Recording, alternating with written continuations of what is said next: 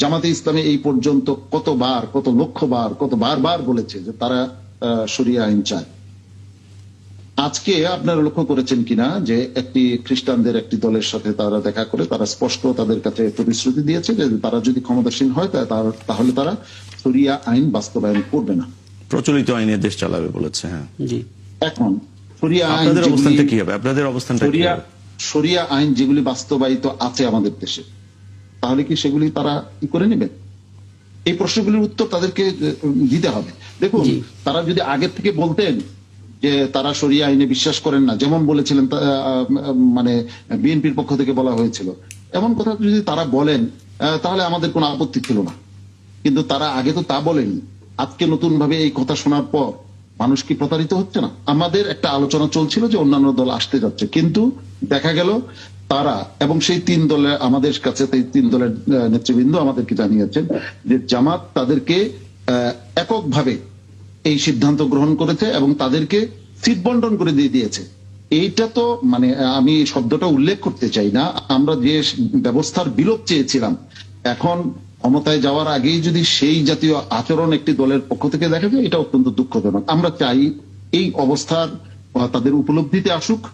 তারা যদি উপলব্ধি করেন যে হ্যাঁ, মানুষের মধ্যে যে প্রত্যাশা জেগেছে, মানুষের প্রত্যাশা পূরণের জন্য তারা ইতিবাচক থাকবেন, আমরা ইতিবাচক আছি, হয়তো কোনো সমাধান হবে। আর যদি তারা এমন কোনো ব্যবস্থাপনায় গিয়ে থাকেন যেটা তারেক রহমানের সাথে দেখা করে তিনি বলে এসেছেন, একটি দলের আমির, তিনি যখন বলে এসেছেন যে ক্ষমতায় যাওয়ার পর তারা মোটামুটি একটা ব্যবস্থাপনায় থাকবেন, তাহলে আর এত বড় বড় কথা বলে কি লাভ হলো? মানুষকে নতুন স্বপ্ন দেখিয়ে কি লাভ হলো? তাহলে আমাদের আজকে যুগ্ম মহাসচিব গাজী আতাউর রহমান তো সঠিক আশঙ্কার কথাই ব্যক্ত করেছেন। তাহলে কি তারা এমন কিছু করতে যাচ্ছেন যেটা জাতীয় পার্টি করেছিল, যে সরকারেও ছিল আবার বিরোধী দলেও ছিল?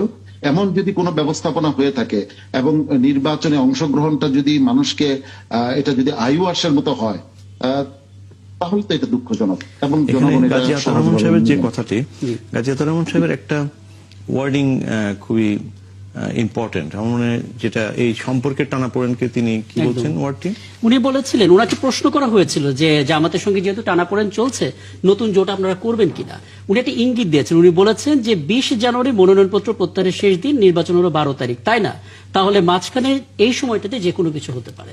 পরের লাইনে তিনি বলেছেন যে তাদের প্রতি যারা শ্রদ্ধাশীল তাদের সঙ্গে আলোচনা চালিয়ে নিচ্ছেন। ওকে, এই যে শ্রদ্ধাশীল, আপনাদের দলের প্রতি শ্রদ্ধাশীল কয়টা দলের সঙ্গে আলোচনা চলছে আসলে একটু কি খোলাসা করবেন? এখানে একেবারে সুনির্দিষ্টভাবে বলার কিছু নেই, আনুমানিক আর কি, হয়তো 4টি থেকে 6টি অথবা আলোচনা আজকেও চলমান আছে, মানে এটা চলছে। এবং আমরা যে ক্ষোভটা বা আমরা যে অস্বাভাবিক পরিস্থিতির কথা বর্ণনা করছি, এরকম অস্বাভাবিক পরিস্থিতির কথা আরো দলগুলি বর্ণনা করেছে, আপনারা হয়তো ইতিমধ্যে সংবাদ মাধ্যমে দেখেছেন। এবি পার্টি আছে, আবার বাংলাদেশ পার্টি আছে, খেলাফত মজলিস আছে, বাংলাদেশ খেলাফত মজলিস আছে, এটা করেছেন। এবং দেশের শীর্ষ ওলামায়ে কেরামও এখন এই বিষয়টায় তারা তাদের ভূমিকা রাখবেন বলে মনে হয়। একটা বিষয় একটু বলবেন, মানে এই যে অবিশ্বাস দানা বাঁধছে, এটা কি খুব মানে রিসেন্টলি, মানে আমরা দেখতে পাচ্ছি বেশ আগে থেকেই জামাত ইসলাম বলছে কিন্তু 276টি মনোনয়ন দাখিল করে ফেলেছে, জমা দিয়েছে, আপনারা 268টা জমা দিয়ে ফেলেছেন, কিন্তু আপনাদের ভোটাররা তারা তো কনফিউজ হবেন, তারা তো বুঝতে পারছে না, ভোটটা তো তাদেরকে দিতে হবে, তারা তো মেইন স্টেক হোল্ডার। জি, আপনি যেটা বললেন যে এটিকে হঠাৎ করে হলো নাকি একটু একটু করে, দেখেন অনেকগুলি ছোট ছোট কম্পোনেন্ট মিলে একটা বড় জিনিস হয়। দেখুন, আজকে জামাতে ইসলামী এই পর্যন্ত কতবার, কত লক্ষবার, কত বারবার বলেছে যে তারা শরিয়া আইন চায়। আজকে আপনারা লক্ষ্য করেছেন কিনা যে একটি খ্রিস্টানদের একটি দলের সাথে তারা দেখা করে তারা স্পষ্ট তাদের কাছে প্রতিশ্রুতি দিয়েছে যে তারা যদি ক্ষমতাসীন হয় তাহলে তারা শরিয়া আইন বাস্তবায়ন করবে না, প্রচলিত আইনে দেশ চালাবে বলেছে। হ্যাঁ, জি। এখন শরিয়া আইন, আপনাদের অবস্থানটা কি হবে? আপনাদের অবস্থানটা কি হবে? শরিয়া আইন যেগুলি বাস্তবায়িত আছে আমাদের দেশে, তাহলে কি সেগুলি তারা কি করে নেবেন? এই প্রশ্নগুলির উত্তর তাদেরকে দিতে হবে।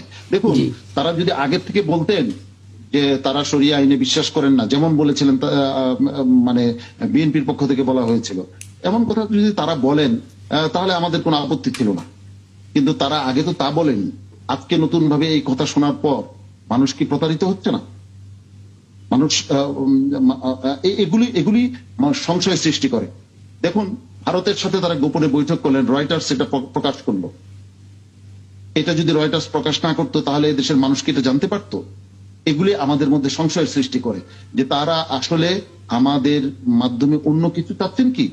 আমরা আশা করি আমাদের ধারণা বা আমাদের শঙ্কাটা ভুল প্রমাণিত হোক, কিন্তু স্যার থেকে তাহলে এই বিষয়গুলো হ্যাঁ আপনি শেষ করুন, তারপরে আপনি শেষ করুন। তো এই বিষয়গুলি থেকে শঙ্কা দানা বাঁধে, আর সেই শঙ্কা থেকেই মানে পরিস্থিতিটা আস্তে আস্তে দূরত্বের পরিস্থিতি তৈরি হয়। জি, আচ্ছা, আপনি বলুন। একটা বিষয়, মানে ধরুন সমঝোতা হলো কিন্তু যে ইস্যুগুলো সামনে আসলো সেটা অত্যন্ত সেনসিটিভ। সবচেয়ে বড় কথা, আপনাদের সঙ্গে জোট তৈরি করতে গেলে এটা তো অনেক গুরুত্বপূর্ণ একটা নেগোসিয়েশন। যদি অন বক্স ইসলামিক দলগুলো ব্যালট আসে, যে শরিয়া আইনের ব্যাপারে তো আসলে ইসলামী দলগুলোর ভেতরে কোনো মতভেদ তো ওইভাবে থাকার কথা না। সেই জায়গাটা যদি থাকে তাহলে জোট তৈরি হওয়ার পরও শঙ্কা কি যায়? মানে যে কোনো মুহূর্তে তো এই মৌলিক জায়গাতেই একটা বিভেদ তৈরি হয়ে যেতে পারে। একেবারে যথার্থ বলেছেন। এই বিষয়গুলি তো এখন তাদেরকে পরিষ্কার করতে হবে, এই বিষয়গুলি তাদের অবস্থান পরিষ্কার করতে হবে। আমরা যদি সমঝোতা হয়, আমরা তাদের প্রার্থী যেখানে থাকবে আমরা সেখানে আমাদের জনগণকে, আমাদের ভোটারদেরকে ভোট দিতে বলবো, আমাদের সমর্থক কর্মীদেরকে ভোট দিতে বলবো, এবং তাদের এখানে ক্যাম্পেইনে আমরা যাব। আমরা কাদের জন্য ক্যাম্পেইনে যাব সেটা তো তাদের নিজেদেরকেই পরিষ্কার করতে হবে যে আসলে তারা কি চান। তারা এক জায়গায় একটা বলবেন, আরেক জায়গায় আরেকটা বলবেন। এটাই যদি হয় তাহলে মানে আমাদের নাসিরউদ্দিন পাটোয়ারি, এনসিপির নেতা, তিনি একটি কথা বলেছেন, আপনারা এটা দেখেছেন, যে নামটা বদলে ফেলা দরকার। তাহলে তো নাসিরউদ্দিন পাটোয়ারির কথাই সত্য হয়ে যায়। এখানে ছোট্ট দুটো প্রশ্ন আছে। আপনি খুব সুন্দরভাবে সিচুয়েশনটাকে ব্যাখ্যা করছেন, কিন্তু দুটি বিষয়, সেটি হচ্ছে যে আপনাদের এই জোটের যে ভিত্তি, যেটা যে মূল স্লোগানটা আপনারা বারবার ইসলামী জোট, ইসলামী দলগুলোর জোট, এইভাবে কথাটা বলছেন। তো যদি ব্যাপারটা এরকম হয় তাহলে কি শরিয়া আইনের ব্যাপারে ঐক্যমত হয়েছিল আগে? এক নাম্বার। এটা সবাই, প্রত্যেকটি দল এই বিষয়ে তাদের বক্তব্য আগে বারবার উপস্থাপন করেছে, এবং আমাদের বলছে ওয়ান বক্স পলিসি হবে যে ইসলাম যারা চায়, ইসলামী রাষ্ট্রীয় আদর্শ হিসেবে যারা গ্রহণ করে, ইসলামকে যারা অর্থনৈতিক আদর্শ হিসেবে গ্রহণ করে, ইসলামের সামাজিক নীতিকে যারা গ্রহণ করে, তারা আমরা একটা বাক্সে আপনাদের ভোটগুলি আসুক। এটা ছিল মূল অবস্থান। সেই অবস্থানে জামাত আগ্রহ প্রকাশ করে তারা এসেছিলেন। আজকে তাদের অবস্থান যদি ভিন্ন হয়ে থাকে, সেটা ভারতের সাথে বৈঠকের কারণেই হোক আর তারেক জিয়ার সাথে বৈঠকের কারণেই হোক, যে কোনো কারণে তাদের এই অবস্থান যদি পরিবর্তন হয়ে থাকে, তাহলে তারা সৎসাহসের সাথে সেই অবস্থান, যে আমরা আগের অবস্থান আমাদের ভুল ছিল, আমাদের বর্তমান অবস্থান এই, তাহলে সেটা অনেক সুন্দর হয়, অনেক মানে মানুষ তাতে তাদের প্রতি আস্থাশীল হতে পারে। কিন্তু এখানে আরেকটি রেলেভেন্ট কোশ্চেন, সেটা হচ্ছে যে বাংলাদেশের রাজনীতিতে ইন্ডিয়া একটি গুরুত্বপূর্ণ ইস্যু। এখানে যে রয়টার্সের সঙ্গে ইন্টারভিউটার কথা আপনি উল্লেখ করেছেন, জামাত ইসলামের আমির তিনি বলেছেন তার সঙ্গে ভারতীয় গোয়েন্দা সংস্থা বৈঠক হয়েছে, এবং যেহেতু তারা ডিসক্লেইমার দিয়েছে, অর্থাৎ এই শব্দটা ডিসক্লেইমার ডিপ্লোম্যাটিক্যালি এবং রাইট ল্যাঙ্গুয়েজে, বাংলা হচ্ছে নিষেধাজ্ঞা, বাংলা হচ্ছে লিমিটেশন অথবা নিষেধাজ্ঞা। তো এরকম একটা কথা জাতীয় পার্টির চেয়ারম্যান কিন্তু বলেছিলেন, এরশাদের ভাই, এবং আপনি জানেন যে জাতীয় পার্টি প্রথমত এত বছর যে আওয়ামী লীগের ফ্যাসিবাদের দোষর হিসেবে কাজ করা, সহযোগী হিসেবে কাজ করার জন্য যতটুকু সমালোচনা এবং নিন্দিত হয়েছে, তার চেয়ে অনেক অনেক বেশি নিন্দিত হয়েছিল। আমি ভারত থেকে মিটিং করে এসেছি, তারা বলে দিয়েছে মিটিং কি আলোচনা হয়েছে বলা যাবে না এই কথাটির জন্য।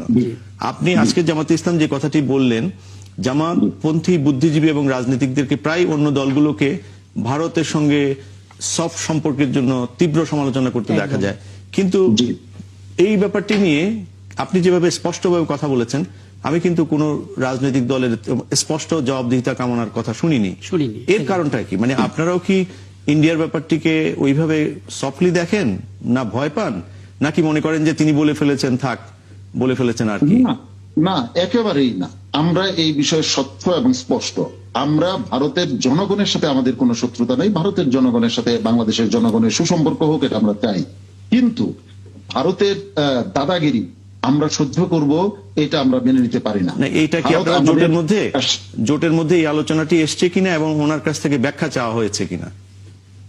এই চমৎকার প্রশ্ন বলেছেন। দেখুন, যারা আমরা এই সমঝোতায় এসেছিলাম তারা একই টোনে কথা বলছিলাম। ভারতের ইস্যুতে তারপরে আমাদের এই দেশের নতুন ব্যবস্থা মানে নতুন বাংলাদেশের ব্যাপারে যে পুরান বন্দোবস্ত পরিবর্তে নতুন বন্দোবস্তে আমরা যেতে চাই, এই সমস্ত বিষয়ে আমাদের এক টোনে কথা ছিল, যার কারণে আমরা এই সমঝোতায় আমরা একত্রিত হয়েছিলাম। কিন্তু মধ্যবর্তী সময়ে এটা আমাদের জন্য অবিশ্বাস্য ছিল যে এই জাতীয় বিষয়গুলো আমাদেরকে শুনতে হবে। যখন তারা এই জাতীয় বিষয়গুলো সামনে আসা শুরু হলো, আস্তে আস্তে মনে হলো যে দূরত্ব বাড়া শুরু হলো। এর আগ পর্যন্ত তো আপনারা দেখেছেন যে সারা দেশে বিভাগীয় সমাবেশগুলো হচ্ছে, বিশাল বিশাল সমাবেশ হয়েছে। সেখানে আপনারা যদি মানে নিরপেক্ষভাবে দেখে থাকেন, সেখানে হাত পাখার কর্মী সমর্থকদের উপস্থিতি ছিল, মানে সেটা ভাষায় প্রকাশ করতে পারছি না, মানে এত বেশি সংখ্যক উপস্থিতি ছিল, সেটা আপনারা দেখেছেন। কিন্তু এরপরেই কিন্তু আস্তে আস্তে বিষয়টা আমাদের মধ্যে সংশয় এবং সন্দেহ দানা বাঁধতে শুরু করলো, এবং তাদের আচরণের মধ্যেও আমরা কিছু পরিবর্তন এরপর থেকে আমরা লক্ষ্য করতে শুরু করলাম।